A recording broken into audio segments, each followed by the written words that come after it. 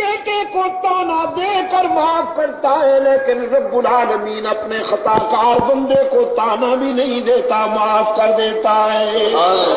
نعرہ تکبیر۔ حدیث قدسی رحمت عالم صلی اللہ علیہ وسلم نے فرمایا،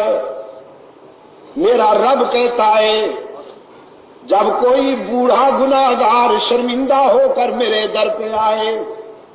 وہ بوڑھا جس کی جوانی چونچلوں میں گزری، جس کا شباب علل تللو میں گزرا، نشہ تھا شباب کا، ترنگ تھی جوانی کی، دولت کی مستی تھی، برادری اور پارٹی کا غرور تھا، رگوں میں گرم گرم خون کی روانی تھی، دولت کی فراوانی تھی، ساری زندگی بغاوت میں گزار دی، ایک بار بھی میرے در پہ سجدہ ریز نہیں ہوا، نامہ اعمال میں ایک بھی سجدہ نہیں، ایک بھی نیکی نہیں، لیکن اب زندگی کی شام ہو گئی، آنکھوں سے بینائی چلی گئی، کان سماعت سے معروم ہونے لگے، زبان میں لکنت آ گئی، دانت گر گئے، سر کانپنے لگا، بالوں میں سفیدی اتر آئی، بیماریوں نے یلغار کر دیا، معدہ کچھ ہضم نہیں کرتا، کمر جھک گئی، پاؤں کانپنے لگے، ہاتھ لرزنے لگے، اولاد نے بھی نگاہیں پھیر لی، لوگوں نے بھی رخ پھیر لیا، اور سب سے بڑا حادثہ جیب خالی ہو گئی۔ ساری دنیا سے مایوس ہو کر یہ بوڑھا باغی، یہ بوڑھا گناہگار رات کے اندھیرے میں سب سے چھپ کر اللہ کے در پہ روتا ہوا آتا ہے کہ تنگ دستی کے جو عالم میں گھبراتا ہوں،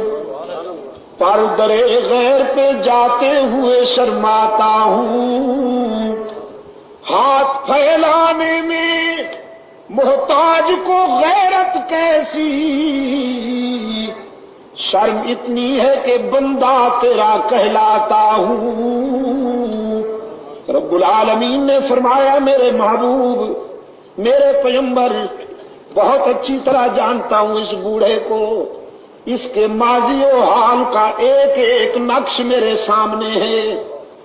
لیکن آج میں اسے در سے اپنے در سے ٹھکراتا نہیں، مایوس نہیں جانے دیتا کہ مجھے اس کے سفید بالوں سے حیا آ جاتی ہے کہ اگر میں بھی اسے ٹھکرا دوں تو کہاں جائے گا، یہ بھول گیا میں کیوں ٹھکراؤں۔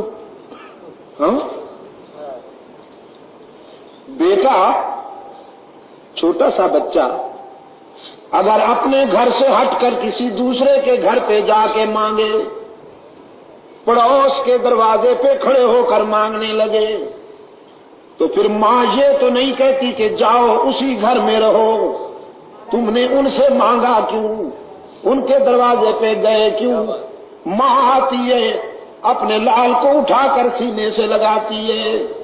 منہ چوم لیتی ہے، کہتی ہے بیٹا یہاں کیوں آ گئے ہو، سب کچھ مجھ سے ہی ملے گا۔ رب العالمین تو والدین سے بھی زیادہ شفقت کرنے والے ہیں، والدین بھی اپنی اولاد پر اتنی شفقت نہیں کر سکتے جتنا محمد کا خدا اپنے بندوں پہ شفیق اور رحیم ہے۔ بغیر کچھ لیے سب کچھ دینے والا کون؟